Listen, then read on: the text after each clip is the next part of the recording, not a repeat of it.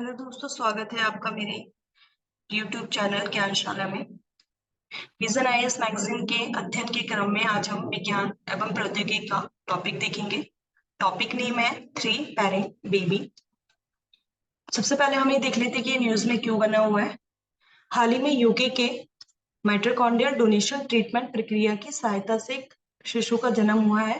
गौरतलब है कि शिशु के जन्म की इस प्रक्रिया में 3 व्यक्तियों, माता, पिता और महिला दाता के डीएनए का प्रयोग हुआ है।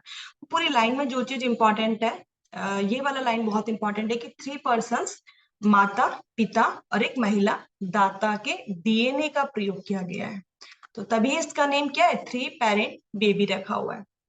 तो सबसे पहले हम देख लेते हैं कि आपका माइटोकॉन्ड्रियल डोनेशन ट्रीटमेंट क्या है। ट्रीटमेंट से पहले हम ये जान लेते हैं कि डिजीज क्या है और किस तरह से व्यक्ति को प्रभावित करती है और इसके क्या क्या प्रॉब्लम्स हो सकते हैं। माइटोकॉन्ड्रियल, आपका जो माइटोकॉन्ड्रियल डिजीज होता है, इसमें क्या होता है, सपोज जो माइटोकॉन्ड्रिया होता है, हमें पता है कि जो माइटोकॉन्ड्रिया होता है वो क्या करता है, आपका एटीपी प्रोड्यूस करता है। तो दैट मीन्स ये हमारा सेल्स के लिए, हमारी कोशिकाओं का पावर हाउस कहलाता है। हमारी सेल्स का पावर हाउस कहलाता है। इसमें क्या होता है कि बॉडी के लिए, जो सेल्स के लिए जो रिक्वायरमेंट होती है एनर्जी की, वो माइटोकॉन्ड्रिया के थ्रू आती है। एंड सपोज किसी महिला, और the most important thing is here कि जो हमारा डीएनए होता है वो आपका, जैसे एक तो न्यूक्लियस में मिलता है और सेकंड आपका न्यूक्लियस के साथ साथ जो डीएनए होता है वो माइटोकॉन्ड्रिया में भी डीएनए मिलता है और उस डीएनए को हम माइटोकॉन्ड्रियल डीएनए बोलते हैं और ये ऑलमोस्ट 37 आपका जेनेटिक मटेरियल को रखता है। तो सपोज अगर किसी महिला को माइटोकॉन्ड्रियल डीएनए डिजीज है, तो इस स्थिति में क्या होगा, जो महिला का जो डीएनए होगा जो कि माइटोकॉन्ड्रिया से आ रहा है वो प्रभावित होता है और इस स्थिति में जो बॉडी होगी, जो नया बेबी बनेगा, उसकी बॉडी क्या करेगी, आपकी सेल्स इतना एनर्जी प्रोड्यूस नहीं कर पाएगा माइटोकॉन्ड्रिया और बॉडी बॉडी का विकास नहीं हो पाएगा। तो ये आपकी माइटोकॉन्ड्रियल डिजीज होती है, डीएनए डिजीज होती है और ये जनरली महिलाओं से पर महिलाओं से आपका आगे जाती है। तो महिलाएं इसमें वाहक का कार्य, वेक्टर का वर्क करती हैं। तो हमने ये देख लिया कि माइटोकॉन्ड्रियल डिजीज होती क्या है।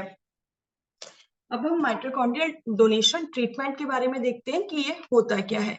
देखिए, मैंने अभी बताया कि जो माइटोकॉन्ड्रियल आपका जो डीएनए है वो फीमेल से आता है, जिसमें 37 आपका जेनेटिक मटेरियल होता है, जेनेटिक मटेरियल होता है। तो अब अगर किसी स्थिति में जो महिला का माइटोकॉन्ड्रियल डीएनए में कुछ प्रॉब्लम्स आ जाए, डिजीज हो जाए, तो उस स्थिति में क्या होगा, जो जो आगे बच्चा होगा वो भी प्रभावित होगा। तो उसका जो ट्रीटमेंट है वो माइटोकॉन्ड्रियल डोनेशन ट्रीटमेंट है। दैट मीन्स हम किस चीज का ट्रीटमेंट कर रहे हैं, माइटोकॉन्ड्रिया को डोनेट कर रहे हैं।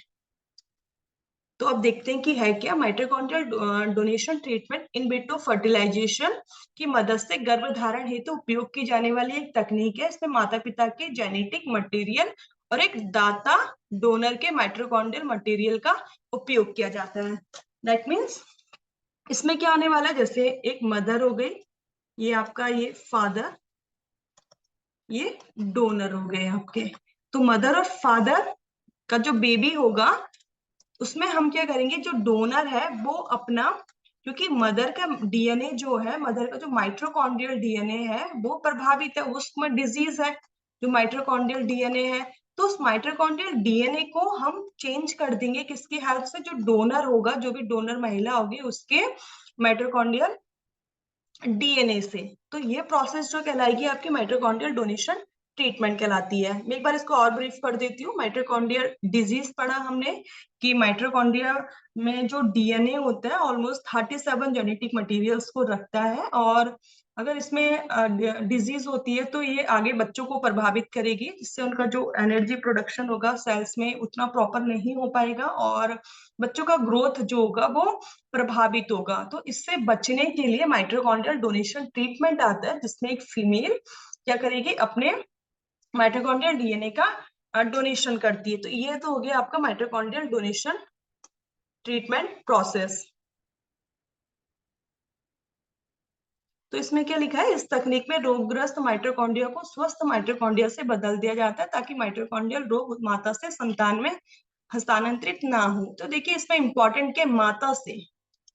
तो ये इसका जो वाहक होगा, किसके थ्रू ये डिजीज होगी, माता की उससे होगी। क्यों? क्योंकि जो न्यूक्लियर जेनेटिक मटेरियल होता है वो मदर एंड फादर दोनों से आएगा। बल्कि बल्कि जो माइटोकॉन्ड्रियल डीएनए होता है वो आपका वो माता से आता है। तो इसलिए जो डिजीज होगा उसका भी कारक क्या होगा, फीमेल होगी। और इसी का ये नाम थ्री पेरेंट बेबी रख दिया गया है। एक बार देख लेते हैं कि प्रोसेस होगी कैसे।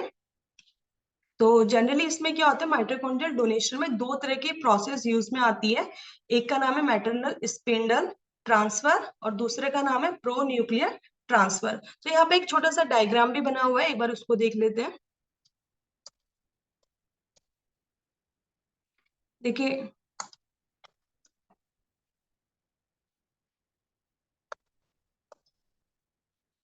देखिए इसमें लिखा हुआ है माता का निषेचित अंडाणु।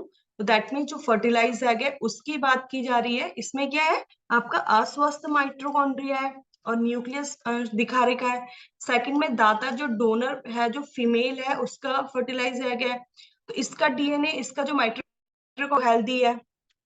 तो हमने क्या किया, साइंटिस्ट जो होते हैं, डॉक्टर्स होते हैं, वो क्या करते हैं, हमें इसमें से न्यूक्लियस मटेरियल हमें चाहिए, लेकिन हमें क्या नहीं चाहिए, हमें माइटोकॉन्ड्रिया नहीं चाहिए, अस्वस्थ माइटोकॉन्ड्रिया नहीं चाहिए। तो इन्होंने क्या किया, जो न्यूक्लियर डीएनए होता है माता पिता से जो मिलके बना हुआ होता है आपका, क्योंकि ये फर्टिलाइज है, तो जो न्यूक्लियर डीएनए होगा उसको निकाल लिया जाएगा।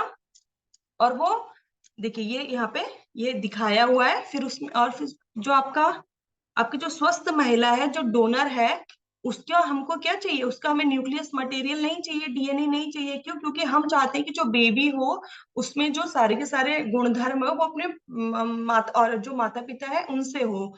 तो हमने क्या किया, लेकिन हमें इसमें से क्या चीज की जरूरत है, हमें यहाँ माइटोकॉन्ड्रिया की जरूरत है। तो हमने क्या किया, यहाँ से माइटोकॉन्ड्रिया को इसमें से हमने क्या किया, इसका जो ये है आपका जो न्यूक्लियस वाला डीएनए है, उसको न्यूक्लियर में जो डीएनए है उसको हटा दिया।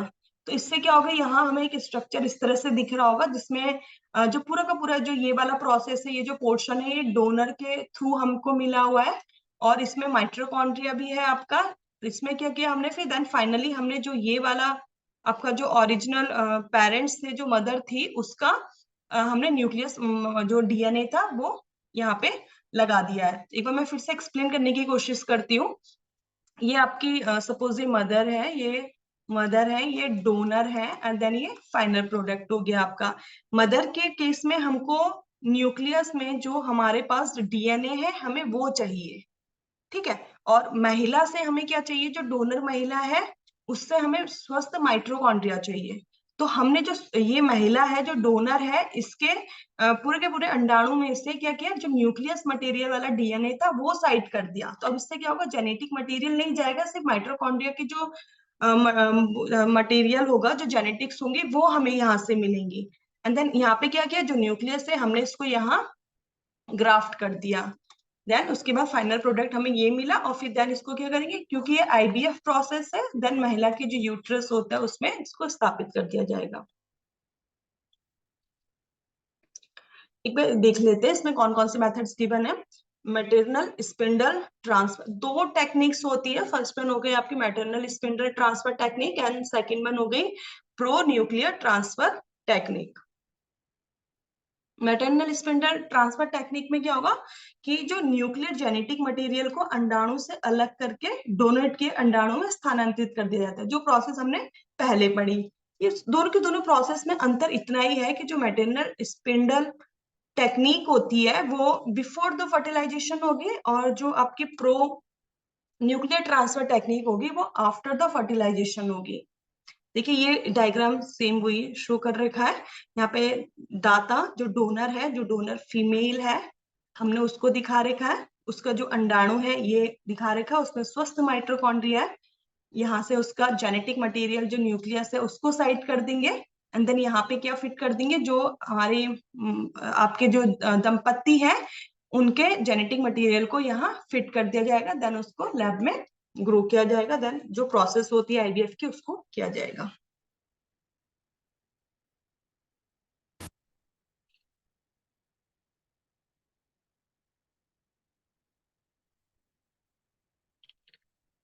अभी जरूरी क्यों है, एमडीटी के लाभ क्या है, प्रॉफिट क्या है?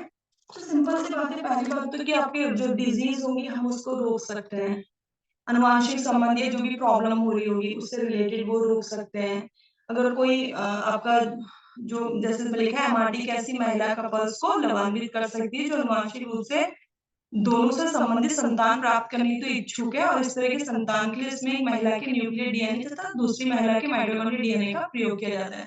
लाइक वो चाहते हैं कि उनका जो बेबी हो उसके ही सारे के सारे गुण धर्म हो। तो वो प्रोसेस अभी जैसे हमने अभी अभी डिस्कशन किया उसी से रिलेटेड है। तो प्रॉब्लम्स क्या हो सकती है? सबसे पहली बात, डिजाइनर बेबियों को जो डिजाइनर बेबी का जो कॉन्सेप्ट होता है उससे बल मिल रहा है।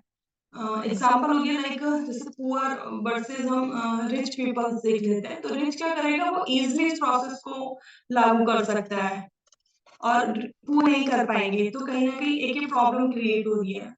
यहाँ पे ऐसा हो सकता है कि जो एमडीटी है वो अपनी डिजीज को कंट्रोल करने के लिए रखी है, बट इसको हम डिजाइनर बेबी की कॉन्सेप्ट की तरफ आगे ला रहे हैं। हम खुद से चूज कर रहे हैं कि बेबी की आईज क्या हो, कलर क्या हो, बालों का कलर क्या हो, स्किन का कलर क्या हो, तो कहीं ना कहीं डिजाइनर बेबी को बल मिलेगा, जो कि नैतिक रूप से बहुत गंभीर चिंता का विषय है। बच्चों के जीवन में माइटोकॉन्ड्रियल डोनर की भूमिका से जुड़े मुद्दे हैं। तो मतलब इसमें ये कभी-कभी क्या होता है कि इसमें जैसे इसमें गिवन है कि स्वस्थ गर्भधारण में डोनर की भूमिका सर्वाधिक महत्वपूर्ण होती है, हालाँकि उसका योगदान प्रारंभिक चरण तक ही सीमित है। इससे बच्चे पर डोनर के बायोलॉजिकल दावे या बच्चे के जीवन में डोनर की भागीदारी को लेके अस्पष्टता की स्थिति उत्पन्न हो जाती है। दैट मीन्स कहीं न कहीं जो डोनर है उसका भी उसमें प्रभाव पड़ेगा। तो उसकी स्थिति क्या होगी, किस तरह से इसे आगे देखा जाए, तो वो भी कहीं न कहीं मुद्दा है। विसंगति का जोखिम, दैट मीन्स कि अगर जो डोनर का माइटोकॉन्ड्रिया है और जो रिसीवर है उसके न्यूक्लियर जीनोम में मतलब कहीं मैच ना हो तो भी प्रॉब्लम हो सकती है। अभी डेटा की कमी है, इसके संबंध में जांच का विषय है, अभी चल ही रहा है मुद्दा। तो ये कुछ प्रॉब्लम्स हैं और कुछ आपके इसके लाभ भी हैं।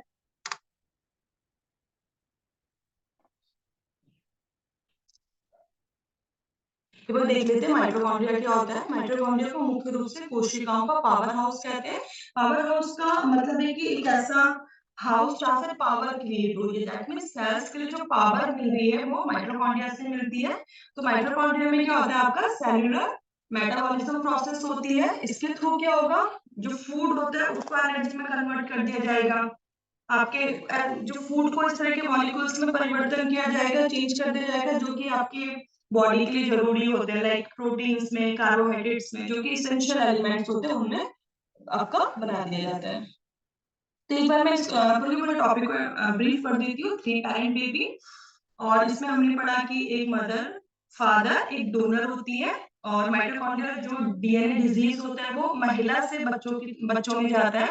और ट्रीटमेंट में हम क्या करेंगे, जो डोनर होता है, डोनर का माइटोकॉन्ड्रिया जो डीएनए होगा उसको ले लेते हैं।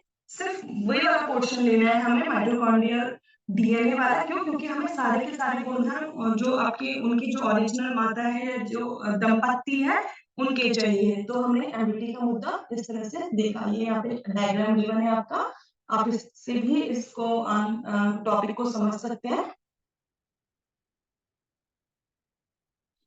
इस टॉपिक में इतना ही, मिलते हैं आगे टॉपिक में। Thanks for watching my YouTube channel.